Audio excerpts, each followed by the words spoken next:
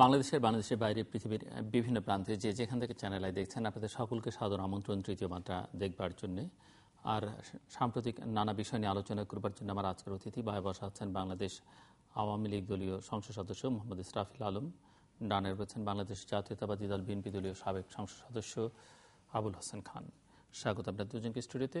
Mister Israfil Alam, দেশে মধ্যবর্তী নির্বাচনের কোনো সম্ভাবনা আছে কি না, প্রশ্নটি আপনার কাছে। এবং আমরা অতি সম্প্রতি পত্রপত্রিকায় লক্ষ্য করেছি যে কিছু কিছু খবর বেরিয়েছে, বিএনপি চেয়ারপারসন তার দলের নেতাকর্মীদের, সিনিয়র নেতাদের বলেছেন নির্বাচনের প্রস্তুতি নেবার জন্য।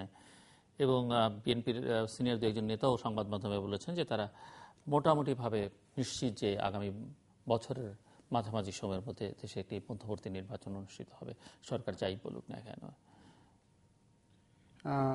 ধন্যবাদ জিল্লুর ভাই। আসলে আমরা জানি সংসদীয় গণতন্ত্রে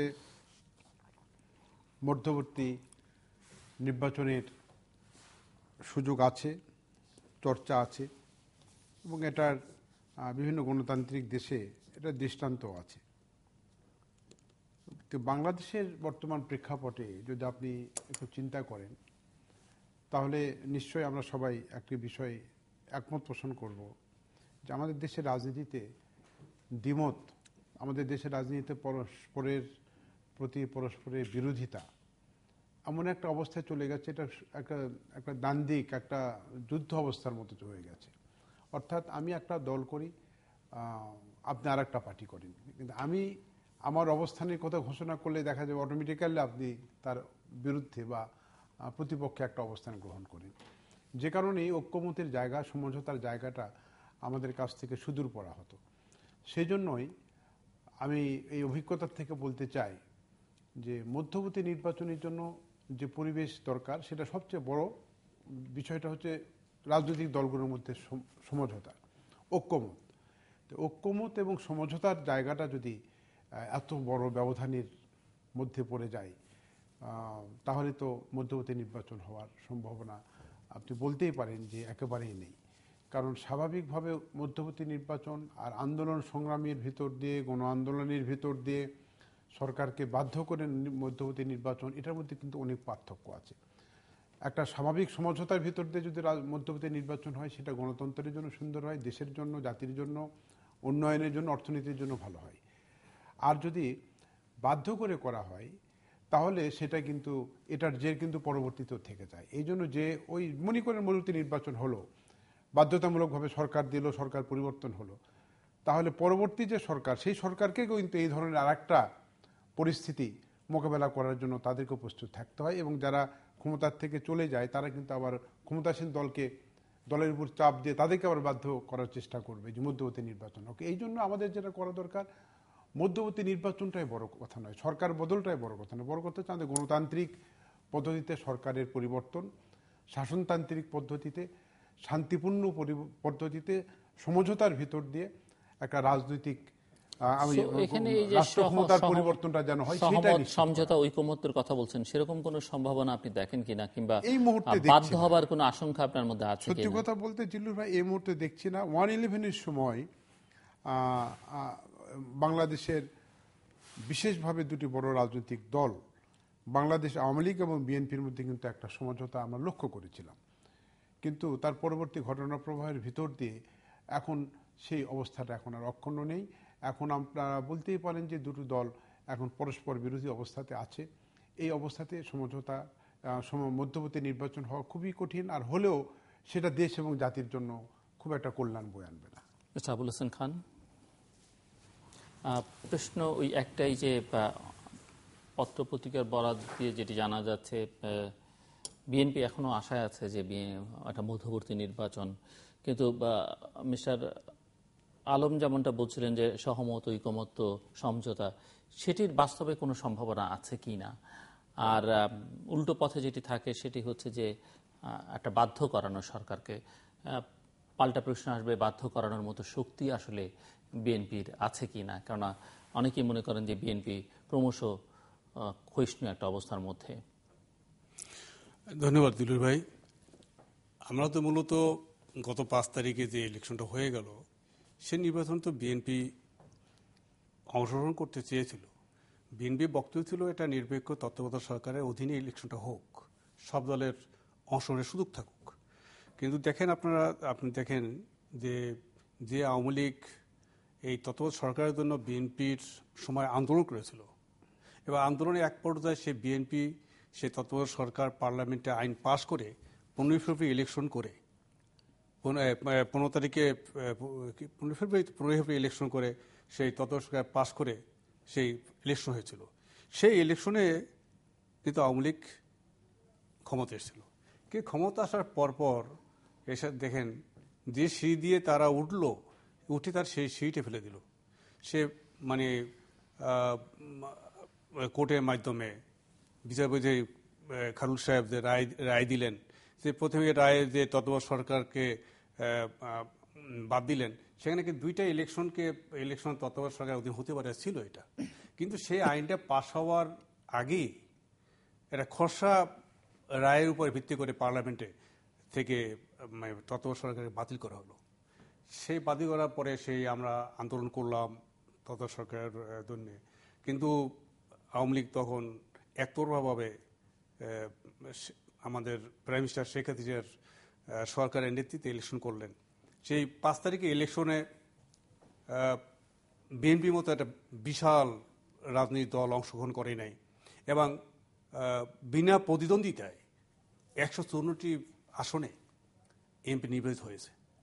এবং নৈতিকভাবে এই সরকারের কোনো নৈতিকভাবেই দুর্বল সরকার। এই সরকার জনগণের নির্বাচিত সরকার নয়। যে কটি আসনে ভোট হয়েছিল 5% মানুষ ভোট দিতে যায়নি। সে ভোট সেটা আপনি দেখেছেন টিভিতে, আমরা কুকুর বা অন্যান্য জীবজন্তু দৌড়াদৌড়ি করে দেখেছি। মানুষের প্রায় অনেকগুলো সেন্টারের ব্যালট বাক্স এবং সেন্টারই মানে জনগণের আন্দোলনের মুখে তছনছ হয়ে গেছিল। তো সেরকম একটা ইলেকশনের সরকার তখন প্রধানমন্ত্রী বলেছিলেন যে এইটা 10ম জাতীয় সংসদ নিয়ে আলোচনা করার কোনো স্কোপ নাই, এটা সাংবিধানিক রক্ষার জন্য ইলেকশন 11 নিয়ে আমরা আলোচনা করতে পারি। এবং স্বাভাবিকভাবে আমরা আশাই করতে পারি যে যেহেতু প্রধানমন্ত্রী তখন বলেছেন যে এটা সাংবিধানিক রক্ষার জন্য ইলেকশন, সেক্ষেত্রে একটা মধ্যবর্তী ইলেকশনের যে দাবি আমরা বলছি এবং পত্রপত্রিকায় আসছে, এটা ন্যায়সঙ্গত দাবি। এবং সারা বিশ্বে তো এই সরকারের সেই ইলেকশনকে তো কেউ স্বীকৃতি দেয়নি। সবাই বলতেছে আলোচনার মাধ্যমে সব দলে অংশগ্রহণের ইলেকশনের জন্য। এবং আমি আশা করি অবশ্যই এভাবে দেশ চলতে পারে না। এই ভোটারবিহীন এবং বিনা নির্বাচনে একটি সরকার যারা প্রত্যাহার করেছে, জাতীয় পার্টির ভিন্ন প্রার্থীরা বিভিন্ন সিট থেকে যারা প্রত্যাহার করেছিল, গোয়েন্দা সংস্থা বলছে না আপনারা প্রত্যাহার করতে পারবেন না, সেন্ট্রালের নির্দেশ না আসা পর্যন্ত আপনারা উল্টো করতে পারবেন না। টোটাল একটা গোয়েন্দা সংস্থা। কিন্তু মিস্টার খান যেমনটা আপনি বলছেন সেটি যদি ঠিক হয়েও থাকে, মানে ইসরাফিল আলম তার জবাব দেবেন, কিন্তু সেটি ঠিক হলো এই প্রশ্ন তো আসে যে সরকারের দিক থেকে এখন বলা হচ্ছে যে নির্বাচন যাই হোক, এখন তারা দেশে নানা ধরনের উন্নয়ন কর্মকাণ্ড দিয়ে, অর্থনৈতিক অগ্রযাত্রা দিয়ে জনমানুষকে তুষ্ট রাখবার চেষ্টা করছেন এবং মানুষ তুষ্ট, মোটামুটি নিরাপদেই কাটছিল এই সতী সম্প্রতি আপনাদের এবং জামাতের ডাকা এই 3 দিনের হরতাল বাদ দিয়ে। এবং এই হরতালেও আপনাদের শক্তিমত্তা আর কোনো প্রকাশ দেখাতে পারেননি। তাহলে কেন মানুষ বিকল্প? আমি খুব বিনয়ের সাথে বলতে চাই যে আপনারা বিএনপি সম্পর্কে, দেশনেত্রী বেগম খালেদা সম্পর্কে, আপনারা অতীতের তার রাজনৈতিক আন্দোলন সংগ্রাম সম্পর্কে, শরীয়তে এরশাদ বিরোধী আন্দোলনের মানে বিএনপির এবং দেশনেত্রী খালেদা জিয়ার ভূমিকা সম্পর্কে জানেন। আমরা গত তত্ত্বাবধায়ক সরকারের জন্য যে আন্দোলন সংগ্রাম করেছি, সেই আন্দোলন সংগ্রামে আমরা সফল হয়েছি না ব্যর্থ হয়েছি, হয়তো তত্ত্বাবধায়ক সরকার দাবি আদায় করতে পারি নাই, এবং সেই আন্দোলন সম্পর্কেও আপনার ধারণা আছে। কিন্তু গতকালকে যে আন্দোলন সম্পর্কে ধারণা আছে সেটি 5ই জানুয়ারির আগ পর্যন্ত। 5ই জানুয়ারির পরে কিন্তু বিএনপির কোনো আন্দোলন সংগ্রাম কিছুই জনগণ লক্ষ্য করে। বিশ্বাস করি দেশের মানুষ বিএনপিকে ভালোবাসে এবং বিএনপির কাছ থেকে আন্দোলনের যে রূপে আন্দোলনটা আশা করে বিএনপি গত হরতালটায় সেই রূপে আসে নাই। বিএনপি এই হরতালটা সম্পূর্ণ জনগণের হাতেই ছেড়ে দিয়েছিল। জনগণের সমর্থন নিয়ে কোন রকম আমাদের মহাসচিব ঘোষণায় বলেছিলেন শান্তিপূর্ণ হরতাল। হরতাল বলতে দেখেন, হরতাল বলতে সারা পৃথিবীতে এই আওয়ামী লীগের আমলে সে গান পাউডার দিয়ে মানুষ মারা ইতিহাস শুনে দেখেছেন। হরতালের আগের দিন সে পটকা মারা, বিভিন্ন গাড়ি ভাঙচুর করা, মানুষকে প্রতিরোধ সৃষ্টি করা অথবা দিগমা করার ইতিহাস জানেন।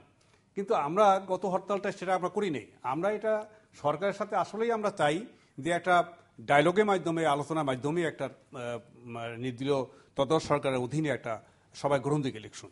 সেই কারণে গত হরতালটাকে যদি আপনারা মনে করেন যে ওই রকম মানমুখী হরতাল হয় নাই, তো সেটা অবশ্যই সেটা সময় দেখা যাবে। আস্তে আস্তে আপনারা 5 তারিখ নির্বাচনের আগে হরতাল অবরোধ আপনারা দেখেছেন।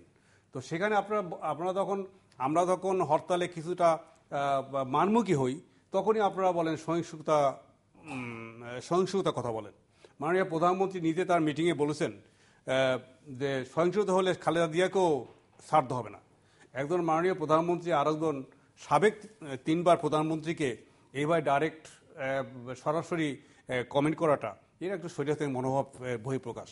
আমি বলতে চাই এটা আপনাদের কাছে, আমি গত কয়েকদিন থেকে টক শোতে বা বিনোদক আলোচনায় আমি যেটা বুঝতেছি সেটা হলো আমাদের কাছ থেকে আপনারা প্রত্যাশা করেন মানে এমনভাবে মানে আন্দোলনের মাঠে নামা।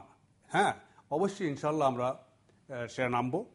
আমাদের বিএনপি এই গত 5 তারিখের আগে যে আন্দোলনটা হয়েছে সেই বিএনপি তো এখন বাংলাদেশে আছে, সেখানে সেই নেতাকর্মী আমরা আছি। সেখানে আবার অন্য কথা আছে যে জামাতের সঙ্গে তখনকার যেই সখ্যতাটা ছিল সেটা এখন একটু শিথিল, জামাত নিশ্চিত হইতে চাচ্ছে। কারণ জামাত মনে করে, পত্রপত্রিকা খবরে যেটি বেরোচ্ছে যে জামাতের উপরে ভর করে বিএনপি ক্ষমতায় যাবে, জামাত কি পাবে। সো একটি কাগজ আমি কয়েকদিন আগে নিউজ রিপোর্ট দেখলাম একটি, যে জামাত 100 সিট চাইছে আগামী নির্বাচনে, তাহলে জামাত সমান্তরাল গতিতে আন্দোলন করবে বা সিরিয়াসলি। আমি এর উত্তর দেওয়ার আগে একটু বিনয়ের সাথে আরেকটা বলতে চাই। ইদানিং টক শোতে আপনারা অনুগ্রহ করে একটু এই বিষয়টার আলোকপাত করবেন। আমার সাংবিধানিক হরতাল একটি গণতান্ত্রিক আন্দোলনের চরম রূপ। হরতালে মিছিল মিটিং করা আমার সাংবিধানিক অধিকার। আমি যদি গাড়ি ভাঙচুর না করি, জনগণের নিরাপত্তায় বিঘ্ন সৃষ্টি না করি, তাহলে পুলিশ কেন আমাকে বাধা দেবে? সারা বাংলাদেশে একটা পুলিশি রাষ্ট্র, এই পুলিশের সরকার টিকে আছে। এই সরকার ঠিক আছে, সরকার পায়নি বাটি নেই, জনগণের কোনো সমর্থন নাই, জনগণের প্রতি আস্থা নাই, জনগণের সরকারের প্রতি আস্থা নাই। দেখেন মাদারটেকে সেদিন হরতালের মিছিলে তার পুলিশ গুলি করেছে। আপনি বলেন স্বাধীনতার আগে বা স্বাধীনতার পরে সেই কোন গণতান্ত্রিক মিছিলে একটা গুলি করতে দেখেছেন বলেন তো? আপনি এই বিষয়টা কেন হাইলাইট করতেছেন না? আপনারা আজকে বলেন, আপনারা আজকে বলুক যে হ্যাঁ গণতান্ত্রিক আন্দোলনে যদি কোনো রকম নাশকতা না হয়, কোনো রকম সন্ত্রাস বা অন্য কোনো কিছু না হয়, তাহলে সেটা সরকার বাধা দেবে না। তা দেখবেন লক্ষ কোটি মানুষ রাস্তায় নেমে যাবে। আপনারা যদি সেই 1 লক্ষ মিছিলকে, সেই হেফাজত ইসলামের লাখো মিছিলকে আপনারা সেদিন মানে সাউন্ড গ্রেনেড এবং গুলি করে আধা ঘন্টায় আপনারা আউট করে দেন। আরে বলেন আমি 10,000 লোকের মিছিল কাজ নামাবো, আপনাদের পুলিশে বাধা না দেয়, আমি মিছিলকে দেখাতে পারি আমরা। কিন্তু পুলিশ যদি আমার গণতান্ত্রিক আন্দোলনেই বাধা দেয়, তাহলে আমরা আমাদের পথ কোথায়? দ্বিতীয়ত জামাতের কথা বলেছেন, জামাতের সাথে তো আওয়ামী লীগের সাথে আরে বলছেন জামাত ছাড়া বিএনপি আন্দোলন করতে পারে কিনা। জামাত ছাড়া বিএনপি আন্দোলন করতে পারে কিনা আপনারা তো দেখেছেন যে এরশাদ বিরোধী আন্দোলনের সময় তখন সেই জামাত, আওয়ামী লীগ, বিএনপি আমরা যৌথভাবে তখন সে রাজপথে ছিলাম। সেই সময় সে এরশাদের নির্বাচনে, এটিসি নির্বাচনে যাব না আমরা চুক্তি করেছিলাম। এবং মাননীয় প্রধানমন্ত্রী চিটাগাঙ্গে বলছিলেন তারা সেই ইলেকশনে যাবে, তারা যাতে বেইমান হয়ে যাবে। কিন্তু উনি ঢাকায় এসে কিন্তু এরশাদের ইলেকশনে গেছিলেন। কিন্তু দেশ নেবে খালেদা জিয়া আবশ্যের নেত্রী, তিনি কিন্তু চান নাই। তিনি কিন্তু সেই এরশাদের বিরুদ্ধে আন্দোলন করে এরশাদের পতন হওয়া পর্যন্ত ঘরে ফেরেন নাই।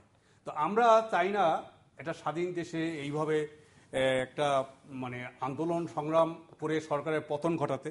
কিন্তু একটা দেশ এবার চলতে পারে না। দেশে মানুষের মুক্তি চাই, দেশের মানুষের গণতান্ত্রিক অধিকার চাই। আপনি যেটা বলতেছেন দেশের মানুষ খুব ভালো আছে, আপনি কিভাবে? আমি কিছুই বলছি না, আমি ভালো আছে মন্দ আছে, এটা একটু ইলেকশন দেন, ইলেকশন করে তাহলে আপনার ভয় কোথায়? আপনি একটু মতবাদী ইলেকশন দেন, দেশের মানুষ শান্তিতে, আপনারা যদি ভোট দিয়ে আবার ক্ষমতায় আসেন। কিন্তু একটা ভোটারবিহীন একটা নির্বাচনে বলেন ইসমাইল ভাই, গত 5 তারিখ ইলেকশনে 154টি আসন পৃথিবীর ইতিহাসে আছে কোথাও যে একজন ভোটার ছাড়া আপনি একমাত্র হয়েছিল সেই 74-এ বাকশালন হয়েছিল পার্লামেন্টের মাধ্যমে, রাষ্ট্রপতিকে 5 বছর 75-এ ক্ষমতা দেওয়া হয়েছিল এবং এই সংসদকেও 5 বছরের জন্য দেওয়া হয়েছিল। ঠিক সে একই বাকশাল, একই রকম আবার ভাবে সে আপনি আবার কোনো ভোট ছাড়া আবুল ভাই যত কথা বললো, এগুলো কথা উত্তর দিতে গেলে বহু সময় লাগবে। আমি আপনাকে একটা কথা বলি, নির্বাচন নিয়ে তো আপনাদের বড় আপত্তি। দেখেন বাংলাদেশে নির্বাচন নিয়ে বিতর্ক সৃষ্টি করে নির্বাচিত সরকারের বিরুদ্ধে আন্দোলন সৃষ্টি করা বা ওই সরকারকে আন্দোলনের ভিতর দিয়ে ক্ষমতাচ্যুত করার যে একটা প্রথাগত কৌশল বাংলাদেশ, এটা কিন্তু অনেক পুরাতন এবং খুবই পরিচিত। এবং এই কৌশলটা কিন্তু কখনো কোনোদিনও বাংলাদেশে সফল হয়নি। কারণ একটা সরকার যখন নির্বাচিত হয়ে যায় তখন সেই সরকারের বিরুদ্ধে আপনি নির্বাচন অবৈধ হয়েছে, নির্বাচন সুষ্ঠু হয়নি, নির্বাচন নিরপেক্ষ হয়নি, এসব অভিযোগ করে আন্দোলন সব সরকারের বিরুদ্ধে হয়েছে। সরকারের বিরুদ্ধে আমি শেষ করি, সব সরকারের বিরুদ্ধে হয়েছে কিন্তু কোনো লাভ হয়নি। এরশাদ সাহেব তো ভোট না করেই বহুদিন ক্ষমতায় ছিল। 86-এ ভোট করেছে, করে পার্লামেন্ট থেকে পদত্যাগ করে আসছে বিরোধী দল। এরশাদ সাহেবের পতন কিন্তু হয়নি। বিরোধী দল মাননীয় প্রধানমন্ত্রী শেখ হাসিনা তখন বিরোধী দল নেত্রী ছিলেন, তার নেতৃত্বে পার্লামেন্ট বয়কট করা হয়েছে। না, এরপরে 88 সালে কোনো রাজনৈতিক দলই ক্ষমতায় যায়নি প্রতিনিধিত্বশীল। তারপরে কিন্তু এরশাদ সাহেব ভোট করে আরো 2 বছর ক্ষমতায় ছিল। সেটা আমি বলছি না। দেখেন 91 সালে নির্বাচন নিয়ে কি বিতর্ক ছিল না? 70 সালে রাষ্ট্র প্রশাসনের নির্বাচন, সেটা নিয়েও তো বিতর্ক হয়েছিল যে এটা প্রতিনিধিত্বমূলক নির্বাচন হয়নি। 73 সালের নির্বাচন বলেন, হানা ভোট তো হয়নি, তারপর সেটা আমি ভোটের মধ্যেই ধরি না, জিয়াউর রহমান সাহেবের হানার ভোট। 79 নির্বাচনে তো সিট গুনে দেওয়া হয়েছিল, সিলেক্ট করে দেওয়া হয়েছিল, এবং 2 দিন পরও বলা হয়েছিল যে আপনি যদি ঠিক থাকেন আপনাকে এমপি বানানো হবে। এরকম ঘটনাও আছে, আমি একদম লাইভ এভিডেন্স দিতে পারবো। তারপরে এরশাদ সাহেবের ভোট তো আপনি দেখেছেন 86 সালে। 88 ভোটটা আমরা যাইনি, কিন্তু ভোট হয়েছে, সরকার 2 বছর ছিল। 91 সালে তত্ত্বাবধায়ক অধীনে যে নির্বাচনটা হয়েছে, সেই নির্বাচনে তো প্রশ্নবিদ্ধ নির্বাচন, সেটা নিয়েও প্রশ্ন ছিল, আন্দোলন হয়েছে। 96 সালে যে ভোটটা তত্ত্বাবধায়ক সরকার অধীনে হয়েছে, সেটা নিয়েও হয়েছে। 15 ফেব্রুয়ারি যে নির্বাচন আপনারা করেছেন ভোটারবিহীন, কেউই যায় না, আপনারা একা একা করেছেন, সেটা নিয়ে আমি প্রশ্ন করতে চাই না। 96 সালে ভোট নিয়ে হয়েছে। আবার 2001 নির্বাচন যেটা তত্ত্বাবধায়ক সরকারের অধীনে হলো, সেটা নিয়েও বিতর্ক হয়েছে। তারপরে যে ভোটটা হলো, আমরা নির্বাচন ক্ষমতায় আসলাম তত্ত্বাবধায়ক সরকারের অধীনে, এটা নিয়েও কিন্তু বলা হচ্ছে লেভেল প্লেইং ফিল্ড হয়নি। তো প্রত্যেকটা নির্বাচন নিয়েই বিতর্ক হয়েছে এবং সেই কারণে আন্দোলনও হয়েছে, সরকারের পরিবর্তন হয়নি। মূল কথা হলো নির্বাচন হয় নির্বাচনী আইন অনুযায়ী রাষ্ট্রের, সেই নির্বাচনটা অনুষ্ঠিত করে নির্বাচন কমিশন। সরকার যারা থাকে তারা নির্বাচন কমিশনকে তাদের রিকোয়ারমেন্ট অনুযায়ী, তাদের চাহিদা অনুযায়ী সহযোগিতা করে মাত্র। এখন নির্বাচন আইন অনুযায়ী যখন একবার গেজেট নোটিফিকেশন হয়ে যাবে, আপনি ইলেক্টেড, তখন আপনি এসে অস্বীকার করতে পারবেন না। আর আপনি অস্বীকার করলেও কিন্তু কিচ্ছু যায় আসে না, কারণ তারা সরকার পরিচালনা করবেই এবং করেছে। আমরা 91 থেকে আন্দোলন করে আপনাদের ক্ষমতাচ্যুত করতে পারিনি, আপনারা 96 থেকে আন্দোলন করে আমাদেরকে ক্ষমতাচ্যুত করতে পারেননি। একইভাবে গত 2008 সাল থেকে আপনারা আন্দোলন করেছেন, আমাদেরকে কিন্তু ক্ষমতাচ্যুত করে। ভয়াবহ আন্দোলন। আমার মনে হয় যে স্বাধীনতার পর এত ধ্বংসাত্মক আন্দোলন, এত জ্বালাওপুরের আন্দোলন, মানুষ হত্যা, পুলিশ হত্যার আন্দোলন কিন্তু হয়নি। কিন্তু দেখেন সরকার কিন্তু পতন হলো না। আবার দেখেন আপনারা এই যে নতুন করে আন্দোলনের চিন্তা ভাবনা করছেন, আন্দোলন আপনারা করতে পারেন, গণতান্ত্রিক অধিকার। কিন্তু আমার ঘটনা হলো, আন্দোলন করে যে কি ফল হয় না কি ক্ষতি হয়, এটা কিন্তু নিকট অতীত থেকে আপনাদের শিক্ষা গ্রহণ করতে হবে, আমাদের সবাইকে করতে হবে। কারণ দেশের অর্থনীতি ধ্বংস করে, মানুষের জীবনযাত্রার স্বাভাবিকত্ব নষ্ট করে, আমাদের আর্থসামাজিক অগ্রগতিকে নষ্ট করে, দেশের ভাবমূর্তি নষ্ট করে, শান্তি শৃঙ্খলা নষ্ট করে, জানমালের নিরাপত্তা নষ্ট করে, আর যাই হোক মানুষের কিন্তু ভালোবাসা, মানুষের আস্থা কিন্তু অর্জন করা যায় না। আমি আমি আমি ছোট্ট একটা কথা আপনাকে বলি, যে আপনি বলেছেন যে 86 সালে নির্বাচন এরশাদের বিরুদ্ধে ভোটে যাবো না, এই কথা বলে শেখ হাসিনা ভোটে গেছে। আসলে কথাটা কিন্তু ঠিক না। 2 নেত্রী ঘোষণা করেছিল তারা নির্বাচনে যাবেন। না, আমি বলি নির্বাচনে যাবেন, প্রার্থী ঠিক হয়েছিল 300টা সিট। 300টা সিটের মধ্যে আমাদের নেত্রী করবেন 150টা সিটে, আপনাদের নেত্রী করবেন 150টা সিটে। পরে এরশাদ সাহেব, আমি বলি ভাই, আমি তো এভিডেন্স ছাড়া কোনো কথা বলি না, পরে এরশাদ সাহেব আইনটা পরিবর্তন করলো, করে বললো যে 5টির বেশি আসনে কেউ ভোট করতে পারবে না। তখন আপনাদের নেত্রী বিপদে পড়ে গেল, কারণ আপনাদের ভোট করার মতো অত প্রার্থী ছিল না। এরশাদ সাহেবের আদালতে, সামরিক আদালতে অধিকাংশ বড় বড় নেতারা দুর্নীতির দায়ে অভিযুক্ত হয়ে তার নির্বাচনে মিসফিট হয়ে গিয়েছিল। আপনি দেখবেন, ইতিহাস দেখবেন, আপনার তথ্য দেখবেন। এরপরে আমরা চিন্তা করলো, আমাদের নেত্রী চিন্তা করলো, নির্বাচন ছাড়া তো মার্শাল উইথড্র করার কোনো পথ নাই, জোর করে তো মার্শাল উইথড্র করা যাবে না, পার্লামেন্টের মাধ্যমেই মার্শালকে আপনার আউটথ্রু করতে হবে। তার গণতন্ত্রের স্বার্থে, দেশ এবং জাতির স্বার্থে গেলেন মার্শালকে উইথড্র করার জন্য, সেখানে হলোও তাই। কিন্তু ঘটনা হলো, যখন এরশাদ সাহেব অপশাসন শুরু করলেন, তখন কিন্তু আন্দোলন, তখন পার্লামেন্ট বাদ দিয়ে আমরা আবার রাজপথে আসলাম। তো সেটা তো ভুল ছিল না, এটা নিয়ে বিতর্ক হতে পারে, আপনি বলছেন ভুল, আমি বলছি সঠিক ছিল, আপনারও যুক্তি আছে আমার যুক্তি আছে, কিন্তু ঘটনা আমরা এখন বর্তমান অবস্থা নিয়ে কথা বলবো।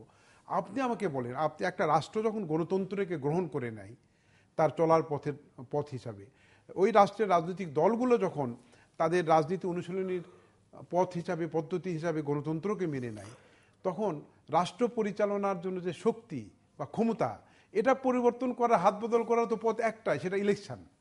নির্বাচন ছাড়া আর বাকি যে পথগুলো থাকে এগুলো গণতন্ত্রের সাথে কনসিস্টেন্ট না, গণতন্ত্রের সাথে সামঞ্জস্যপূর্ণ না। তা আপনি নির্বাচন আসলে নির্বাচন বয়কট করে যদি আপনি গণতন্ত্রের কথা বলেন, তাহলে দেশে গণতন্ত্র হবে না। নির্বাচন আসছে, আপনি নির্বাচনে অংশগ্রহণ করবেন। যদি নির্বাচনে সরকার রিগিং করে বা নির্বাচন কমিশন সুষ্ঠুভাবে ভোট করতে না পারে, এখানে মিস্টার ইসরাফিল আলম আবার প্রশ্ন আসবে যে ব্যাপারটা যদি এত সরলীকরণই করেন, তাহলে অনেকেই মনে করছেন তাহলে সরকার এই যে এখন একটু ক্রমশ কর্তৃত্ববাদী হয়ে উঠছে, সেটি কেন? এই যে বিচার বিভাগকে নিয়ন্ত্রণে নেবার চেষ্টা, এই যে সম্প্রচার নীতিমালা করে গণমাধ্যমকে নিয়ন্ত্রণের চেষ্টা, এগুলো কেন? এগুলো কি এক ধরনের ভীতি থেকে বা এক ধরনের অস্থিরতা থেকে নয়? গণতন্ত্র, আমি আপনাকে বলি জিল্লুর ভাই, দেখেন সম্প্রচার নীতিমালা নিয়ে কিন্তু অনেক কথা হয়েছে। এটা একটা নীতিমালা হচ্ছে আপনাদের সংবাদপত্রের যারা প্রতিনিধি আছে, গণমাধ্যমের যারা প্রতিনিধি আছেন, তাদের সাথে আলাপ আলোচনা করে একটা নীতিমালা প্রণয়ন হচ্ছে। নীতিমালাটা এখনো ফাইনালাইজ হয়নি, নীতিমালা হবে। নীতিমালার অধীনে আইন না হওয়া পর্যন্ত, নীতিমালা ফাইনালাইজ হয়েছে, আইন করার কথা এখনো ফাইনাল হয়নি, এটা কিন্তু এখন আলোচনার মধ্যেই আছে, এখনো কাজ হচ্ছে এটা নিয়ে। এটা ফাইনাল হওয়ার পরে আপনার এটার অধীনে আইন হবে, আইন হওয়ার পরে সেটা এনফোর্সমেন্ট গেজেট করে ফেলেছে না, আপনার তো নীতিমালা তো না, এখনো চূড়ান্ত হয়নি। না, চূড়ান্ত মন্ত্রিসভায় নীতিগতভাবে অনুমোদন করার পার্লামেন্টে পরে হয়েছে।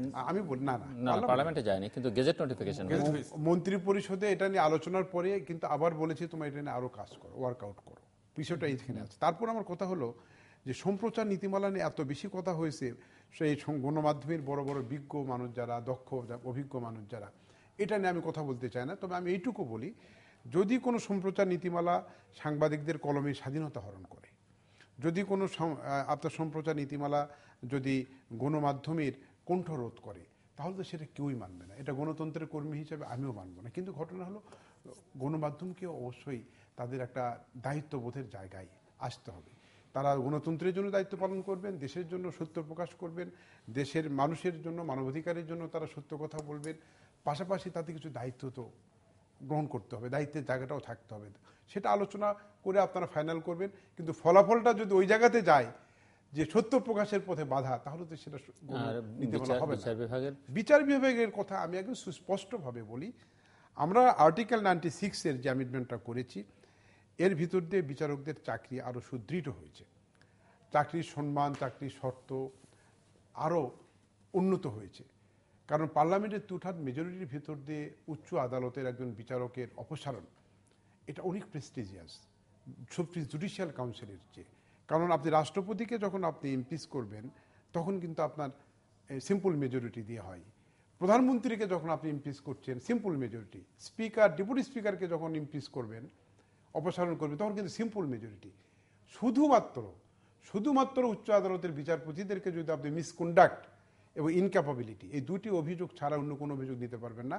এই অভিযোগে যদি পার্লামেন্ট থেকে অপসারণ করেন, তাহলে আপনার 2/3 মেজরিটি লাগবে। তো সম্মানটা বাড়লো না কমলো? 3 জন মানুষের হাত থেকে আপনি এখানে সংসদের 350 জন এমপির মধ্যে 2/3 এমপির হাতে নিয়ে আসলেন। তাও কি সংসদ তদন্ত করবে না? এটার জন্য আলাদা একটা টিম, আলাদা একটা অথরিটি থাকবে, তার অভিযোগ গ্রহণ করবেন, তদন্ত করবেন। তদন্তে যদি প্রমাণ হয় উনি অসদাচরণের সাথে জড়িত, তদন্তে যদি প্রমাণিত হয় উনি ইনক্যাপাবল, তখন তারা সুপারিশ করতে পারবেন যে ওনাকে অপসারণ করা উচিত।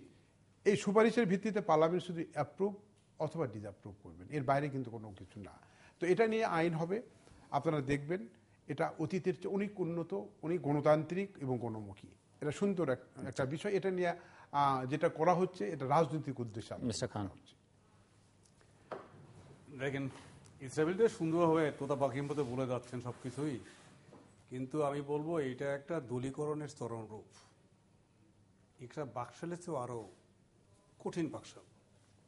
বাকশালটা আমরা চোখে দেখি যে পার্লামেন্টে তারা আইন পাশ করে পত্রিকা বন্ধ করেছিল, সব পার্টি ব্যান করেছিল, একটা দল থাকবে। এটা খুব সূক্ষ্মভাবে দেখেন, সম্প্রচার নীতিমালায় অলরেডি গেজেট হয়ে গেছে।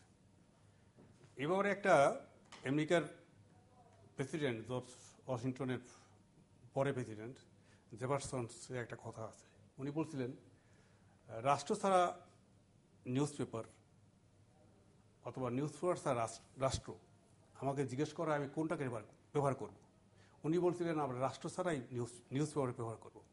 মানে গণমাধ্যমকে কিভাবে ইম্পর্টেন্স দিয়েছে। আজকে আমেরিকা কোথায় আছে দেখেন। আমাদের দেশে প্রধানমন্ত্রী মাঝে মধ্যে বক্তৃতার সময় টক শো নিয়ে সমালোচনা করে, টক শোকে ব্যক্তি নিয়েও সমালোচনা করা হয়। টক শো এই গভীর রাত্রে যারা কি করে, এরা ওই বিদ্যুৎ নিয়ে কথা বললে এদের বিদ্যুৎ লাইন কেটে দেওয়ার কথা বলেছেন, বিভিন্ন টক শো নিয়ে অনেক কথা বলেছেন। এই টক শো তো যেন সরকারের সমালোচনা না হতে পারে, মানুষ যেন সরকারের এই দুর্নীতি, স্বজনপ্রীতি, খুন খারাপের বিরুদ্ধে না বলতে পারে। আইন শৃঙ্খলা রক্ষাকারী বাহিনীর বিরুদ্ধে সমালোচনা করা যাবে না। তারা নারায়ণগঞ্জের মতো মানুষের 6 কোটি টাকা নিয়ে র্যাব মানুষ নিয়ে ফেলবে, আপনি বলতে পারবেন না। সারা রাত রাস্তায় পুলিশ দাঁড়িয়ে দিয়ে ট্রাক এবং এতে দুর্নীতি করবে, আপনি এটা বলতে পারবেন না। মানে এখন অসত্যকে বা মিথ্যাকে আপনি মিথ্যা বলতে পারবেন না। মানে এই সরকার এমনভাবে মানুষকে আষ্টেপৃষ্টে বাধার একটা চেষ্টা করতেছে যে আওয়ামী লীগের বাইরে কোনো মানুষ মত প্রকাশ করতে পারবে না। এই ভিন্ন মতের প্রতি এই সরকারের সবসময় একটা দমন নীতি ছিল। সেই কারণে এই আপনার সম্প্রদায় নীতিমালা তারা অলরেডি করেছেন এবং এটা নিয়ে টক শোতে বহুত আলোচনা হয়েছে এবং আরও হবে। এটাও দলীকরণ করার একটা পদক্ষেপ। দ্বিতীয় সর্বশেষ পদক্ষেপ ছিল আপনার এই বিচার বিভাগকে আমরা জাতীয় সংসদে আনা।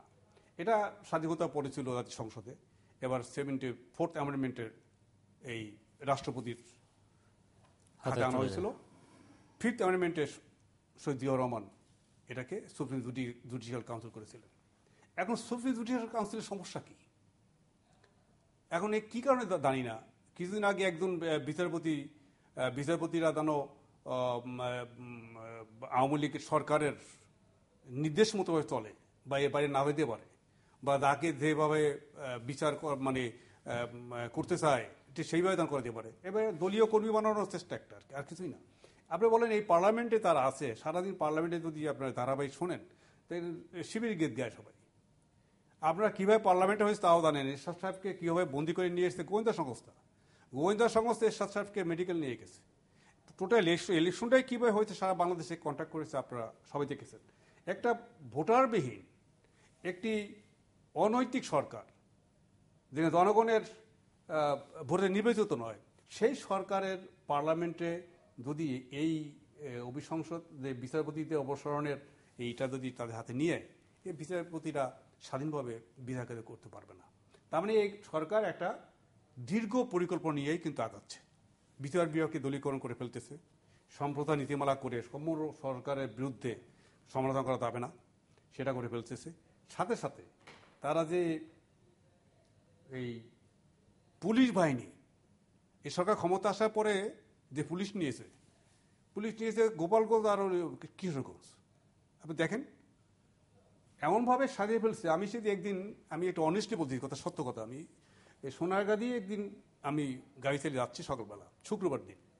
সোনারগাঁর সামনে যে গোল চক্করটা আছে দেখি রশি দিয়ে বাঁধা রাখছে। তো একজন সার্জেন্ট না মানে ট্রাফিক পুলিশ সিনিয়র, তাকে ডাকলাম, ভাই আপনার বাড়ি কই? বলে গোপালগঞ্জ। কিন্তু আপনি প্রাইম মিনিস্টার বলছে ডিজিটাল বাংলাদেশ, আপনি রশি দিয়ে এটা বাঁধা রাখছেন কেন? স্যার এইটাই ডিজিটাল বাংলাদেশ। এখন সারা বাংলাদেশের ট্রাফিক সিস্টেমগুলো দেখেন, এই যে যত টাকায় যাবেন কোনো রাস্তায় কোনো আপনি স্বাভাবিক দিতে পারবেন না। সমস্ত ঢাকা শহরটা জঙ্গল বানিয়ে রাখছে একদম। যাই হোক, সেটা কি আপনি মনে করেন গোপালগঞ্জ আর কিশোরগঞ্জের জন্য? না, গোপালগঞ্জ কিছু দূরের না, তো দলীয়করণতে হয়েছে সাংঘাতিকভাবে। তা না হলে স্বাধীন বাংলাদেশে আপনার রাস্তায় মিছিল করলে আপনার মাথায় গুলি করবে।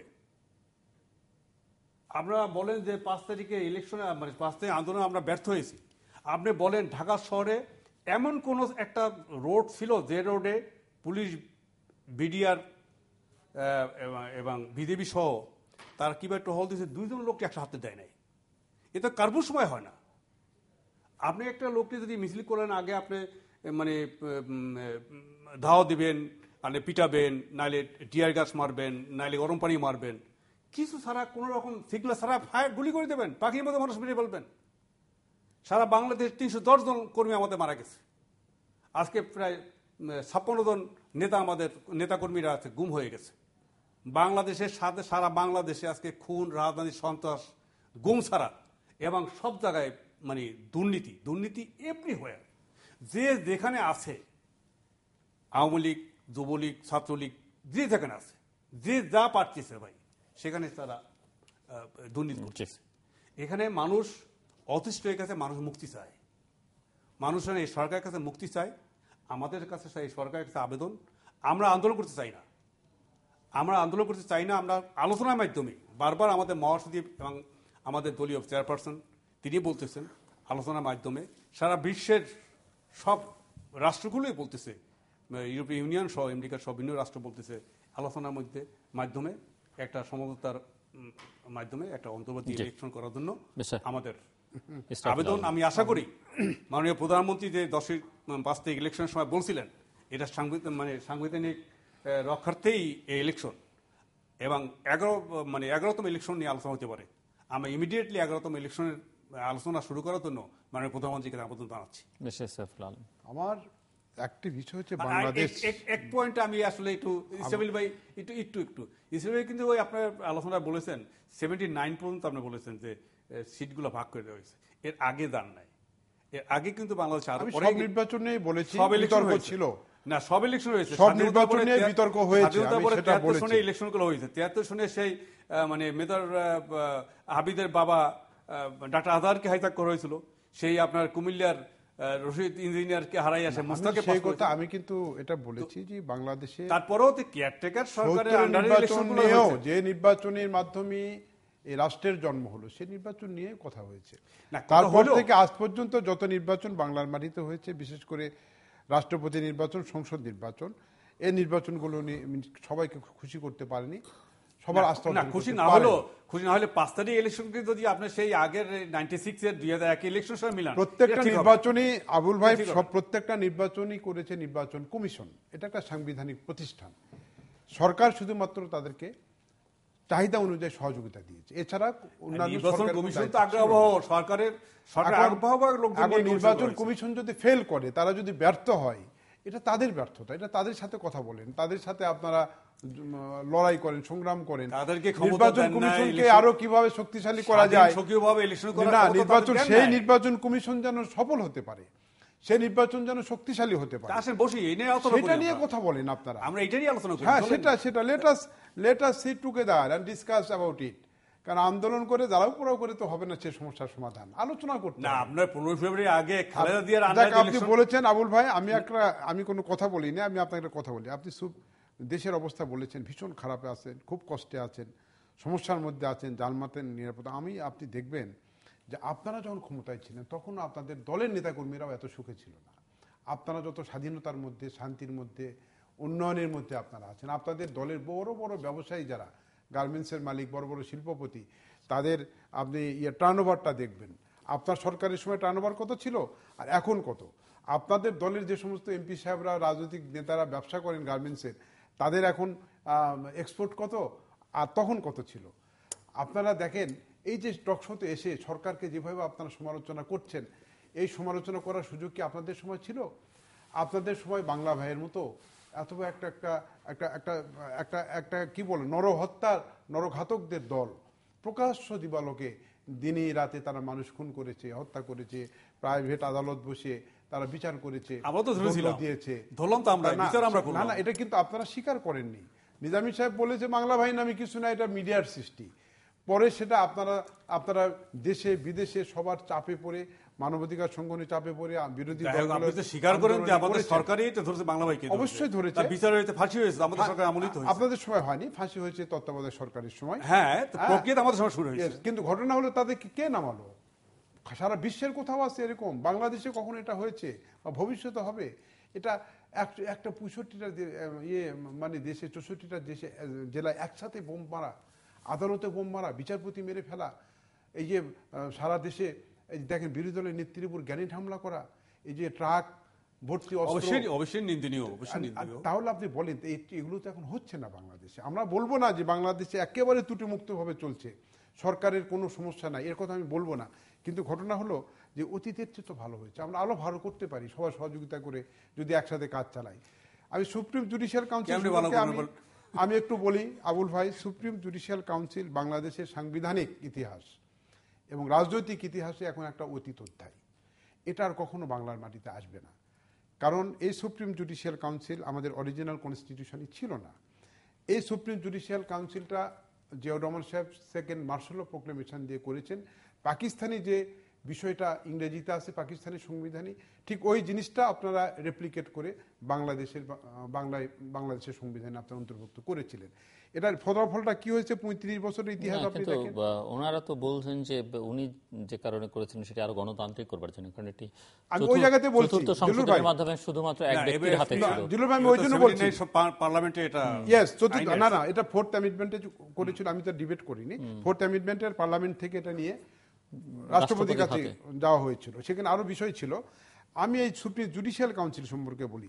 ৭৬ সাল থেকে আজ পর্যন্ত ৩৫ বছরে জুডিশিয়াল কাউন্সিল একটি গ্যাজেট করেছে? তারা কি কোনো বিচারপতির কে অপসারণ করার জন্য কোনো পদক্ষেপ গ্রহণ করেছে? না, করেছে। ৩-৪টা কেস তো আছে। আমি বলি যারা নিজেরা পরে মানে কে এম হাসান সাহেব আমাদের তো আমি বলি আমি শেষ করি। এটা একটা ইনইফেক্টিভ এবং আনইউজেবল একটা প্রভিশন। আপনি দেখেন সুপ্রিম জুডিশিয়াল কাউন্সিল ৩ জন বিচারপতির নেতৃত্বে, এটা কে করে? রাষ্ট্রপতিকে কে নির্বাচন করে? পার্লামেন্ট যদি বলে রাষ্ট্রপতিকে যে তুমি এটা সুপ্রিম জুডিশিয়াল কাউন্সিল যদি না করো বা করো তাহলে তোমাকে অপসারণ করা হবে, রাষ্ট্রপতির ক্ষমতা আছে পার্লামেন্টের সেন্টিমেন্টের বাইরে গিয়ে কোনো কাজ করার আমাদের অবস্থাতে? হ্যাঁ, যদি প্রেসিডেন্ট যদি ইলেক্টেড হতো বাই পিপুল ডাইরেক্টলি, তখন কিন্তু সে রাষ্ট্রপতির কিছু কর্তৃত্ব থাকতো, স্বাধীনতা থাকতো, এখতিয়ার থাকতো, তখন উনি করতে পারতেন। কিন্তু this president is elected by parliament, not people. তারা পার্লামেন্টে অতএব তার ক্ষমতা তো পার্লামেন্টে, সেটা আপনারা সরাসরি না করে আপনারা ডাইরেক্ট পার্লামেন্টে নিয়ে আসলেন। আর এই জায়গাতে একটা কথা বলি, আপনার সুপ্রিম জুডিশিয়াল কাউন্সিল দেখেন বিচারপতি কে সোভান সাহেব কি জনপ্রিয়, কি সৎ, কত দক্ষ অভিজ্ঞ একজন বিচারপতি, তার চাকরির নিশ্চয়তা দিতে পেরেছে এই supreme judicial council. Justice Kamal Uddin সাহেব, যাদের নাম উচ্চারণ করলে এখনো বিচার বিভাগের সিনিয়র আইনজীবীরা বিচারপতিরা মাথা নত করে, উনার চাকরি নিরাপত্তা দিতে পেরেছিল এই সুপ্রিম জুডিশিয়াল কাউন্সিল? পারেনি তো। অপমানজনকভাবে তাদের চাকরি থেকে চলে আসতে হয়েছে। তারা জানতো না তাদের বিরুদ্ধে অভিযোগটা কি, আত্মপক্ষ সমর্থনের সুযোগও পায়নি। তো সেই সুপ্রিম জুডিশিয়াল কাউন্সিল নিয়ে আমরা এত কেন এখন দেখা যাবে? আপনি বিং এ পলিটিশিয়ান, আপনি একজন সাবেক এমপি, ভবিষ্যতে এমপি হতে পারেন, মন্ত্রী হতে পারেন, আপনি একজন পলিটিশিয়ান হয়ে পিপুলস পাওয়ারকে আপনি কেন ইগনোর করেন? কারণ পার্লামেন্টে আসার অর্থ জনগণের কাছে আসা, তাই না? আপনি জনপ্রতিনিধিরা তো পার্লামেন্টকে সেই অর্থে বৈধই মনে করেন না উনারা। আমি বলি, আমি সে কথা বলেছি, উনারা পার্লামেন্টের নৈতিক অধিকার আছে কিনা এটা কি বলতে পারে জিল্লুর ভাই? আপনি আমাদের ল অফ ল্যান্ড, আমাদের লিগাল সিস্টেমে কি এই কথা বলতে পারে কোনো নাগরিক? তাদের বিরুদ্ধে কন্টেম্পট হয় না তাই। কারণ যখন আপনারা হাইকোর্টে গেছেন, হাইকোর্ট বলে দিয়েছে, সার্টিফিকেশন করেছে যে এই 5ই জানুয়ারি নির্বাচন নিয়ে প্রশ্ন তোলার কোনো সুযোগ নাই। আপনারা বললেন জাতিসংঘে গেলেন, জাতিসংঘের মহাসচিব বলেছে গণতান্ত্রিক প্রক্রিয়ায় নির্বাচন বয়কট করার কোনো সুযোগ নেই। ঠিক আছে, ভারতের উপর নির্ভরশীল হয়েছিলেন। ভারত কি বলেছে? সবই ঠিক আছে। হাইকোর্ট বলেছে নির্বাচনের প্রস্তুতি তুলতে পারবেন না, আপনি বলছেন আপনাদের বিরুদ্ধে কন্টেম্পট হয় না তাই। আপনাদের বলা উচিত, বলেন তো এটা? না ঠিক আছে, আপনি যেটা বলছেন যে এটা অলরেডি ইলেকশন হয়ে গেছে এবং এটা গেজেট হয়ে গেছে, এর বিরুদ্ধে বলার কোনো স্কোপ নাই। শুনেন, 75-এ কিন্তু আপনারা যখন বাকশাল করেছিলেন, ঠিক আছে, ওই পার্লামেন্টে বসে করেছিলেন। আপনি যে বাকশাল বলতেছেন, একটা কথা আমি বলি শোনেন, আমি বলিনি। আপনি যে নেতার রাজনীতি করেন, জিয়াউর রহমান সাহেব আপনার নেতা, উনার কর্ম মানেন, আপনি উনার ধর্ম মানেন? জিয়াউর রহমান সাহেব অধ্যাপক আবু সাইদ সাহেবকে বাকশালের গভর্নর হওয়ার জন্য সেনাবাহিনীর প্যাডে উনি অভিনন্দন জানিয়েছেন এবং জিয়াউর রহমান সাহেব বাকশালের সদস্য পদ নিয়েছেন। আপনি তার শিষ্য হয়ে আপনি বাকশালের সমালোচনা করতেছেন। এই যে গরু মারা শিষ্য, সিস্টেমটাই ছিল ভাই, গরু মারা শিষ্য আপনারা, বুঝলেন? এটা একটা কথা হলো, জিয়াউর রহমান সাহেব বাকশালের সদস্য ওই সময় বাধ্য তো। কিসের বাধ্য? না, বাধ্য ছিল, কেউ তো হননি। অল বাহিনীর প্রধান, না, উনি বাহিনীর প্রধান ছিলেন না, উনি বাহিনীর প্রধান ছিলেন না। বাকশালের সদস্য বাধ্য ছিল। না, না, আমি আপনার না, না, না, ঠিক না, সবাই হননি। আমি যে বিষয়টা অনেক সাংবাদিক ভাইরা আমি হয়েছে, যে বিষয়টা আপনি আলোকপাত করতে চাইতেছি সেটা হলো, আপনি যদি মনে করেন যে পার্লামেন্টে বসে যে আজকে সেই বাকশালটাও কিন্তু ফোর্থ অ্যামেন্ডমেন্টটাও কিন্তু পার্লামেন্ট বসে করছিল। হ্যাঁ, রাষ্ট্রপতি আজ থেকে 5 বছরের জন্য নেক্সট রাষ্ট্রপতি হয়ে গেছে, আবার পার্লামেন্ট 5 বছরের জন্য আবার ইলেক্টেড হয়ে গেল। আপনি এখন 20 বছর ধরে ইলেক্টেড করে দেন। না না, প্রভিশন আছে তো, প্রভিশন ইজ দেয়ার। না না, এখন তো না মনে না, করেন আপনারা আপনারা এই সংবিধানে, পার্লামেন্টে, আমি কথা বলি, আপনারা সংবিধানের পরিবর্তন অনেকবার করেছেন, এখনো তো সংবিধানে আমি আছে একটু শেষ করি। রাষ্ট্রপতি এবং না, পার্লামেন্ট যদি চায়, সন্তুষ্ট হয় দেশের মানে বিদ্যমান অবস্থার মধ্যে, তারা সরকারের মেয়াদ বৃদ্ধি করতে পারে। আমি রাইট রাইট আমি এখনো আছে। এই কথাই আমি আপনার কাছে জানতে চাচ্ছি যে আপনার পার্লামেন্ট বসে নেক্সট এই ইলেকশন করে লাভ কি? এই পার্লামেন্ট বসে আবার তখন টাইম 5 বছর শেষ হবে, ওই পার্লামেন্ট বসে আবার নেক্সট 5 বছর এক্সটেন্ড করে প্রয়োজন নেবেন। হলে হতে পারে, হ্যাঁ? প্রয়োজন হলে হতে তো পারে, আপনার তো দেশ এবং জাতির স্বার্থে দরকার হলে হবে হবে হবে। এই তো আপনি আপনার তো পৃথিবীর সব ইতিহাসই জানেন, সব স্বৈরাচারের ইতিহাসটা আপনারা জানেন, হ্যাঁ, তাই না? হ্যাঁ। এবার তার পরিণতি কি হয় তাও জানেন। আমরা সবাই জানি, আপনারাও জানেন। তাই এই জন্য বলতেছি যে এইটা আসলে পার্লামেন্টে করতে পারলেই যে এটা গণতান্ত্রিক হয়ে গেল বা এর বিরুদ্ধে কথা যাবে না, বলা যাবে না তা না। আমরা কিন্তু পাকিস্তানের মতো রাষ্ট্র ভেঙেই বাংলাদেশ করেছি। ওই পার্লামেন্ট ছিল, সংবিধান ছিল, সব ছিল, মানচিত্র ছিল, পতাকা ছিল, এভরিথিং ছিল, সব ডেমোক্রেসির জন্য রাষ্ট্র আমরা ভাঙতে বাধ্য হয়েছি। পরিবর্তন হয়েছে, যুদ্ধ করে করেছে, আওয়ামী লীগের নেতৃত্বে আমরা সেই 71 সনের মুক্তিযুদ্ধের এই 70 সনের 30 নভেম্বর ইলেকশনে যদি সেই পাকিস্তান আওয়ামী লীগকে ক্ষমতা দিত, তাহলে তো আমরা পাকিস্তান ভাঙতাম না। ঠিক আছে, তো জনগণের রায় না মানার কোনো অবস্থাতে নিয়েছিলাম তো, দেশ স্বাধীন করে, দেশ মানে গণতন্ত্রের জন্য। আর আজকে সেই গণতন্ত্রের দেশ আমরা পার্লামেন্টে বৈশা আপনারা মানে যাটা পাস করে ফেলবেন, সমস্ত নীতিমালা করবেন, বিচারপতিদের অভিসংসদ পার্লামেন্ট নিয়ে আসবেন, মানে আপনারা ক্ষমতায় থাকার জন্য যা তা করা তা সব করবেন, আর জনগণ আমরা বসে থাকবো। হ্যাঁ, বসে একটা টাইম বোন থাকতে পারি, কিন্তু এক সময় যে বিস্ফোরণ করবে তখন কিন্তু কোনো স্বৈরাচারের মানে পরিণতি খুব ভালো হয় না। আমরা সাদ্দামকে দেখেছি, আমরা লিবিয়ার গাদ্দাফিকে দেখেছি, এবং গাদ্দাফির কথা শুনেছি যে তেলের একটা লাভের অংশ মানে নাগরিকের অ্যাকাউন্টে চলে যায়, সন্তান সম্ভাবনা নারীদের $5,000 করে দেয়। সেই গাদ্দাফিকে মারার সময়, মারার পরে জুতাটি পিটান দিচ্ছে। ঠিক আছে, তো সেই কারণে কোনো স্বৈরাচারের মানে পৃথিবী ইতিহাসে মানে শেষ সময়টা কিন্তু খারাপ যায়। তা আমরা চাই এটা স্বাধীন, সবাই মিলে দেশ স্বাধীন করেছি আমরা, এটা স্বাধীন রাষ্ট্রে, এটা গণতন্ত্রের জন্য আমরা যুদ্ধ করে স্বাধীন করেছি।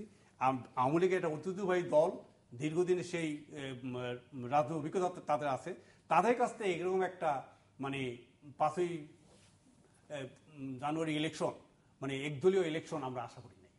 আপনারা এটা দেশীয় আন্তর্জাতিকভাবে চক্রান্তের মাধ্যমিক ততবার সরকার এসেছিল, ততবার সরকার সময় যে ইলেকশনটা হয়েছে আমরা ইলেকশন মেনে নিয়েছি। একটা প্রশ্ন মিস্টার খান আমি আপনাকে করি যে ভারতে যখন নির্বাচন হয় তখন বিএনপি অনেক নেতা কি বেশ উৎসাহিত মনে হয়েছে যে সরকার বদল হলে হয়তো ভারতের যে ছাতাটা বর্তমান সরকারের প্রতি আছে বা আওয়ামী লীগের প্রতি আছে সেটি সরে যাবে।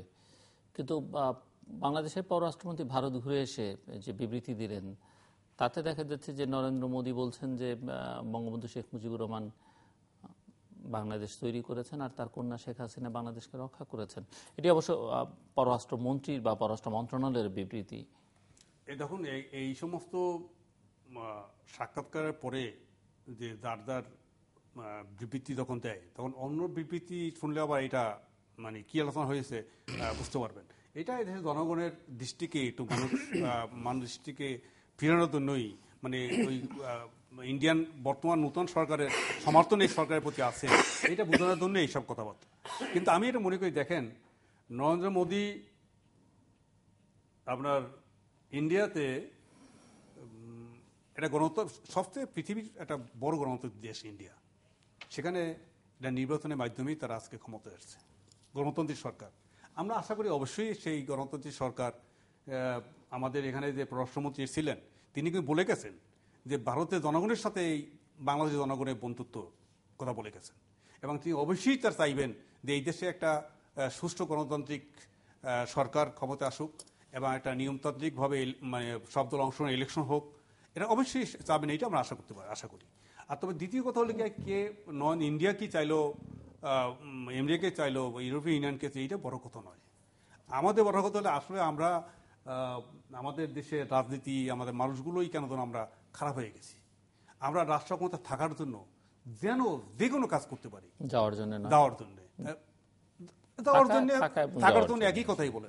কিন্তু দেখেন আমরা সবাই মিলে দেশ স্বাধীন করলাম, শাসককে মানুষ দেশ স্বাধীন করলাম, সেই দেশটা আজকে এই পর্যায়ে কেন পৌঁছল?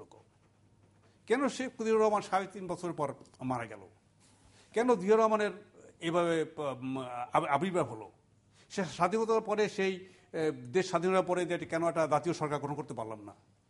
কেন শেখ মুজিবের নেতৃত্বে দেশটাকে 10-20 বছর চলতে পারলো না?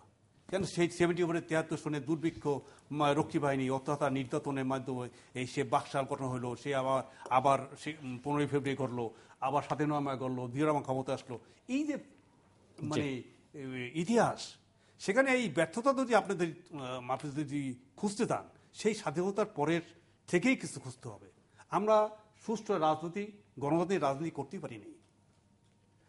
আমার বিশ্বাস, ইসরাবিল ভাই, আমি টক শোতে তার বক্তব্য শুনি, উনি গণতন্ত্রের পক্ষে মানুষ। আমি তাকে বলবো, এবং আজকে আপনার মাধ্যমে আমি সরকারকে বলতে চাই, এই দেশটাকে দেশ আর ধারণ করতে পারতেছে না। এই 16 কোটি মানুষের ছোট্ট একটা দেশ, যেন আশেপাশে সব দেশগুলো এগিয়ে যাচ্ছে। আমরা সেই অনেকে বলে সেই সিঙ্গাপুরের কথা, অনেকে বলে সেই মালয়েশিয়ার কথা, কিন্তু সেই সিঙ্গাপুরের মতো আমরা একটা লিগুয়ানকে পাই নাই, মালয়েশিয়াতে সেই মাহাতের মতো লোক পাই নাই, জাতীয় নেতৃত্ব দেওয়ার যে একটা মানুষ, সেটা মানুষ পাই নাই। তো প্রধানমন্ত্রী ডেলি আমাদের দেশে আরেক প্রধানমন্ত্রীকে গালিগালাজ করে প্রত্যেক দিন, এবং তাকে জেলে পাঠানোর জন্য ওই হুমকি দিচ্ছে। অথচ দেখেন সেই 111 সময় 2 জন সাবেক প্রধানমন্ত্রীর নামে মামলা হয়েছিল, শেখ হাসিনার নামে মামলা হয়েছিল, খালেদা জিয়ার নামে মামলা হয়েছিল। শেখ হাসিনা রাষ্ট্র ক্ষমতা আসার পরে তার দুর্নীতি মামলা সব মামলা তুলে নিলেন, 7 মামলা তুলে নিল। আর খালেদা জিয়ার নামে তার মামলাগুলো এখনো ট্রায়াল করতেছে।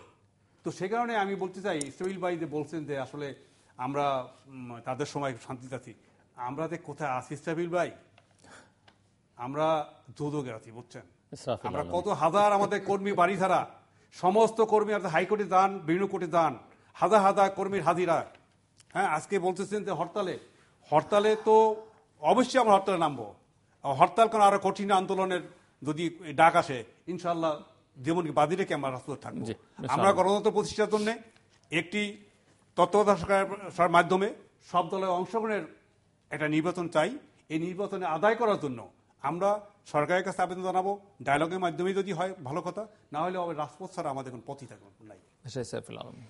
আবুল ভাই, আপনাদের নেতারা কেমন আছে, কে কোথায় কিভাবে আছে? আপনি খালি কোর্টে তো আর নেতা নাই, ব্যবসা বাণিজ্যে এবং বিনিয়োগে বিভিন্ন জায়গাতে আছে। আপনি কারা কোথায় আছে জানতে চান, আমার কাছে একদিন আসেন, আমার অফিস চা খাবেন, আমি একটা একটা করে নাম দেখি। নেতার কথা বলি নাই, সেই নেতাকে না, তারাও খুব গুরুত্বপূর্ণ নেতারা, আপনি চিনেন, তারা উনি গুরুত্বপূর্ণ নেতা। আবুল ভাই, আপনি জানেন না, আপনি একটা খুব গুরুত্বপূর্ণ কথা বলেছেন, সেটা হচ্ছে হত্যা, ষড়যন্ত্র। কিনে ফেলেছেন না, কেনার দরকার হয় না, তারা নিজেরাই অনেক ব্যবসা বাণিজ্য করে, বিনিয়োগ করে তারা অনেক অর্থবিত্তের মালিক। তারা হয়েছে এবং হচ্ছে, ব্যবসা বাণিজ্য দিয়ে দেশকেও দিচ্ছে। ব্যবসা বাণিজ্য দিয়ে রাজনীতি থেকে অফ করে রেখেছেন কিনা? না না, যারা রাজনৈতিক কর্মী, গুঞ্জন বাজার আছে, তো সেজন্য তারা গুরুত্বপূর্ণ পদে আছেন, বিএনপির নীতি নির্ধারণের জায়গাতে আছেন। আমি একটা কথা বলছি, যে হত্যা আপনি বলেছেন, ষড়যন্ত্র, খুন, সাম্প্রদায়িকতা, এগুলো দিয়ে কিন্তু কখনো কোনো দেশে গণতন্ত্র হয়নি। দেশ এবং জাতির কল্যাণও কখনো আসে না। বাংলাদেশের দুর্ভাগ্য হলো, আপনি যেটা করে জাতির জন্য বঙ্গবন্ধুকে সপরিবারে খুন করার ভিতর দিয়ে যে অশুভ পথের যাত্রা শুরু হয়েছে রাজনীতির, সেই যাত্রার শেষ কোথায় এখন আমরা জানি না। তবে এইটুকু আমরা বলবো যে ষড়যন্ত্র, সন্ত্রাস, সাম্প্রদায়িকতা, এখান থেকে যদি আপনি রাজনীতিকে যদি দূরে আনতে না পারেন, রক্ষা করতে না পারেন, এই শান্তি, নিরাপত্তা আমাদের কখনো আসবে না। এবং স্বাধীনতার সুফল যেটা প্রত্যাশা ছিল জাতির, সেই জায়গাতে কিন্তু জাতি যেতে পারবে না। তা আমি আশা করি, আশাবাদী মানুষ, যে পরিবর্তন হবে, রাজনীতি সামনের দিকে এগিয়ে যাচ্ছে, দেশও সামনের দিকে এগিয়ে যাচ্ছে, ইনশাল্লাহ সব কিছুই ভালো জায়গাতে আসবে। কিন্তু রাজনীতির যারা কর্মী, রাজনীতির যারা নেতা, তাদের মধ্যে বোধোদয় হওয়া দরকার যে রাজনৈতিক নেতাদের অসহিষ্ণুতার জন্য, রাজনৈতিক নেতাদের লোভের জন্য, নীতিহীনতার জন্য রাজনীতি বিরোধী শক্তি যে ক্রমশ সামনের দিকে এগিয়ে যাচ্ছে, রাজনীতির শক্তিটা যে পিছনে পড়ে যাচ্ছে, পশ্চাৎপদ হচ্ছে, এই উপলব্ধিটা কিন্তু রাজনৈতিক নেতাদের মধ্যে আসা দরকার। আমি আপনি বলেছেন যে এই সরকার একদলীয় নির্বাচন, আমি আপনার একটা কথা বলেছি, নির্বাচনটা যেটা হয়েছে এই নির্বাচনে জাতীয় পার্টি ছিল, ওয়ার্কার্স পার্টি ছিল, জাসদ ছিল, তরিকত ফেডারেশন ছিল, ন্যাশনালিস্ট ফ্রন্ট ছিল। এখানে কিন্তু 42টি নিবন্ধিত রাজনৈতিক দলের মধ্যে মাত্র 6টি রাজনৈতিক দল নিবন্ধিত রাজনৈতিক দল অংশগ্রহণ করেছে। এবং সর্বশেষ খবর যেটি পত্রিকায় দেখলাম যে 2018 সালের আগে 2019 নির্বাচন হওয়ার কথা, আর কোন নতুন রাজনৈতিক দলকে নিবন্ধন দেওয়া হবে না। আমি যেটা বলছি তারা এটা হয়েছে। আর আপনারা নির্বাচনে আসেননি দুইটা পরিচিত রাজনৈতিক দল, সেটা হচ্ছে একটা যুদ্ধ অপরাধীদের দল, ওয়ার ক্রিমিনালসদের পার্টি, যার জামাতে ইসলাম, আরেকটি পার্টি হলো আপনার পার্টি, যেটা এই যুদ্ধ অপরাধীদেরকে সরাসরি আশ্রয় প্রশ্রয় দিয়ে থাকেন। এই দুইটা মেজর পার্টি, চিহ্নিত পার্টি, সিগনিফিক্যান্ট পার্টি নির্বাচনে আসেনি এবং তারা পার্লামেন্টে নাই। এবং এই নির্বাচন নিয়ে আপনারা যত কথাই বলেন, একটা বিষয় ইতিহাস হয়ে থাকবে যে বর্তমান পার্লামেন্টে যুদ্ধ অপরাধী এবং সরকার এখন গণজাগরণ মঞ্চকে পেটাচ্ছে না, সেটা ভিন্ন প্রশ্ন, সেটা ভিন্ন প্রশ্ন। যুদ্ধ অপরাধী এবং যুদ্ধ অপরাধীদের আশ্রয় প্রশ্রয় দানকারী যে দল বিএনপি, তাদের কোনো সংসদ সদস্য নাই। আপনি গণজাগরণ মঞ্চের কথা বলেন তো, জিল্লুর আসলে গণজাগরণ মঞ্চে তাদের মধ্যে আভ্যন্তরীণ কিছু সংকট আছে, আপনি জানেন। আরেকটা ব্যাপার হচ্ছে দেলোয়ার হোসেন সাঈদী সাহেবের রায় দিয়েছে সুপ্রিম কোর্ট, সেখানেই তো কারো কোনো কথা বলা যায় না। এটা বলতে গেলে তো আদালতের অবমাননা হয়ে যাবে। ওনারা আদালতের রায়ের বিরুদ্ধে হরতাল করে রাস্তা বন্ধ করে একটা পরিস্থিতি সৃষ্টির চেষ্টা করেছিল, তাদের মধ্যে বিভাজন হয়েছে, দ্বন্দ্ব হয়েছে। এসব কারণেই সে জায়গাতে পুলিশ ইন্টারভেনশন করেছে আইন শৃঙ্খলা রক্ষার স্বার্থে। কিন্তু ঘটনা হচ্ছে আইনি শাসন মানতে গেলে তো আদালত যে রায় দিক না কেন সেটার বাইরে তো আমরা যেতে পারবো না। আমার কষ্ট হলো মানবো, গোলাম আজমের রায় দিয়েছিল আমরা মানিনি, বাট আমাদেরকে মানতে হয়েছিল। গোলাম আজমের যে নাগরিকত্বর রায়, কিন্তু আমাদের মেনে নিতে হয়েছিল। উনি নাগরিক, আমরা সবাই মেনে নিয়েছি, বাট আমাদের কষ্ট হয়েছে। তা আদালত যে রায় দিবে সেটার বাইরে তো আমরা যেতে পারবো না, মানতে হবে, কষ্ট হলেও মানতে হবে, যেহেতু আমরা আইনি শাসনের কথা বলছি। তা আমি যেটা বলবো গণতন্ত্র মানেন না কেন? না, কেন মানি? অবশ্যই মেনে। কেন, কিভাবে মানলেন? কেন কাদের মোল্লা রায় তো অমান্য করা কেন? মাননীয় প্রধানমন্ত্রী পার্লামেন্টে বললেন যে বিচারপতিকে বললেন জনগণের সেন্টিমেন্টের দিকে লক্ষ্য করে রায় দেওয়ার জন্য। না, জনগণের সেন্টিমেন্ট তো বাইরে তো আপনারা গণজাগরণ মঞ্চে পার্লামেন্টে সমস্ত মন্ত্রী এমপিরা ওখানে দেয়া, মানে ওখানে না গেলে যেন আপনারা যেন মানে কুলি হতে পারতেছেন না। ওখানে একটা এটা একটা ভাব, আপনারা সবাই গেলেন সেখানে এবং পার্লামেন্টে আপনারা এই নিয়ে অনেক কথাবার্তা বললেন। তো সেখানে কাদের মোল্লার হইল যাবজ্জীবন কারাদণ্ড হলো, তার জন্য আইন আপনার এখানে আপিল করার আইন ছিল না। পার্লামেন্টে নতুন করে আইন পাস করে এবং গণজাগরণের মঞ্চকে আপনারা মানে সমস্ত মন্ত্রী এমপিরা প্রধানমন্ত্রী সহ সবাইকে ওখানে তাকে সমর্থন দিয়ে এই দেশে একটা আন্দোলন সৃষ্টি করে পার্লামেন্টে আইন করে এই কাদের মোল্লার ফাঁসি দিলেন। না, অথচ আপনারা দেলোয়ার হোসেন সাঈদীর ব্যাপারে আমি অবশ্য আমার ভিন্ন মত, যাবজ্জীবন দেওয়া হয়েছে এখানে, এটাও কতটুকু সঠিক হয়েছে আমি জানি না। তো আমি সে কারণে আমি যুদ্ধাপরাধীর পক্ষে, আমি যে তাদের ন্যায় বিচার এটার পক্ষে।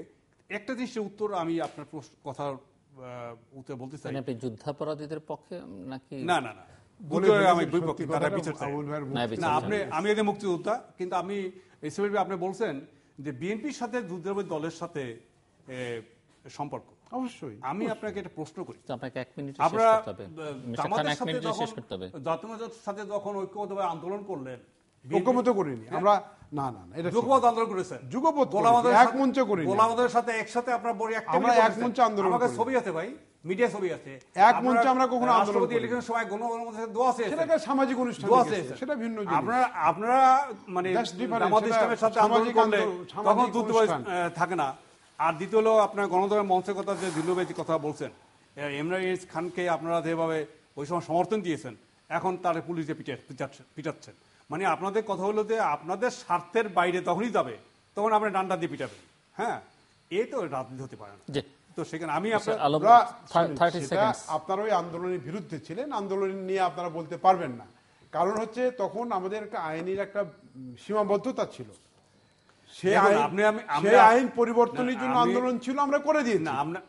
এখন আদালত কাকে ফাঁসি দিবে, কাকে খালাস দিবে, এটা আদালতের ব্যাপার, আমরা তো বলতে পারবো না। দিকে দিয়ে আলোচনায় করি না কেন, আজকে যাই বলে আপনি যা বলেন আমি যা বলি, কিন্তু মানুষ কিন্তু বিচার এদেশের ইতিহাস লোকসভা জানে, সব মিডিয়ার কারণে। জি, ধন্যবাদ। গ্রামের লোক সব শেষ করছি। আপনাকে একটা বিষয়, ফাইনালিটি অফ দি লিটিগেশন, আমি যদি কোনো মিথ্যা বা অসৎ তথ্য দিই, সেখানে আমারই কিন্তু যেটা বড় আদালত। এখানে দর্শক, আমরা অনুষ্ঠানের শেষ প্রান্তে দ্বিতীয়মাত্র সম্পর্কে আপনারা লিখতে পারেন ডাকে, ইমেইলে, SMS এর মাধ্যমে, ইন্টারনেট আমাদের অফিসিয়াল ওয়েবসাইট অথবা সোশ্যাল নেটওয়ার্ক যেসব পেজ রয়েছে সেসব পেজে আপনারা আপনাদের মতামত রাখতে পারেন।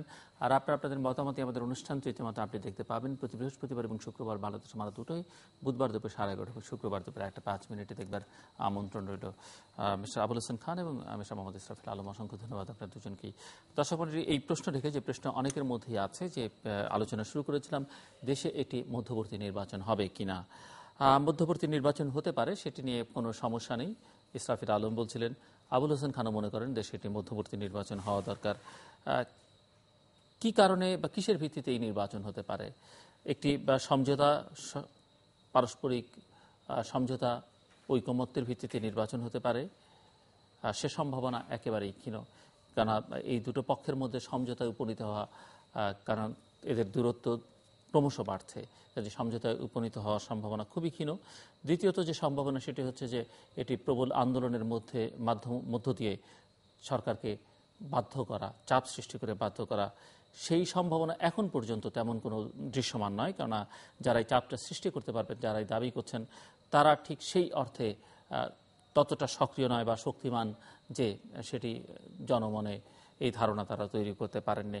কিন্তু তার মানে এই নয় যে কেউ চাপ সৃষ্টি করতে পারুক কিংবা না পারুক, ঐকমত্য হোক কিংবা না হোক, যে প্রশ্ন আকাশে আছে, বাতাসে আছে, দেশের ভেতরে আছে, বাইরে আছে, যে যারা ক্ষমতায় বসে আছেন তারা কতটা নৈতিক ভিত্তির উপরে বসে আছে। নিশ্চয়ই তাদের সাংবিধানিক এক ধরনের অধিকার রয়েছে বা সাংবিধানিক বৈধতা রয়েছে, কিন্তু নৈতিক বৈধতা কতখানি, এই প্রশ্নের কিন্তু সুরাহা হওয়াটা খুবই জরুরি। এবং জনগণ কতটা প্রত্যক্ষভাবে ভোট দিতে পেরেছে, সেই প্রশ্নটিও থাকবে। এবং এই প্রশ্নের উত্তর, যেটি কাঙ্ক্ষিত উত্তর বা সমাধান হতে পারে, সেটি সরকারের সদিচ্ছার মতো দিয়ে হতে পারে। অন্যথায় সদিচ্ছা না দিলে বাংলাদেশের জনগণ কিন্তু রাষ্ট্র পরিচালনা সবসময় তার সক্রিয় অংশগ্রহণ চায়, এবং সেটি প্রধানত ভোটাধিকার প্রয়োগের মাধ্যমে। কাজে সেই ভোটাধিকার জনগণ প্রয়োগ করতে পেরেছে কিনা সেটি একটি বড় বিবেচ্য বিষয়। এবং যদি না পারে, তাহলে সরকারকে এক ধরনের জনসম্পৃক্তহীনতার মধ্য দিয়ে যেতে হবে, এবং সেটি একটি সরকারকে বাংলাদেশের মতো দেশে কতখানি এগিয়ে নিয়ে যাবে, কত দূর নিয়ে যাবে, এটি একটি বড় প্রশ্নবোধক চিহ্ন হয়েই থাকবে। দর্শক, আমাদের সঙ্গে থাকবার জন্য অসংখ্য ধন্যবাদ। আপনাদের সবার জন্য শুভকামনা।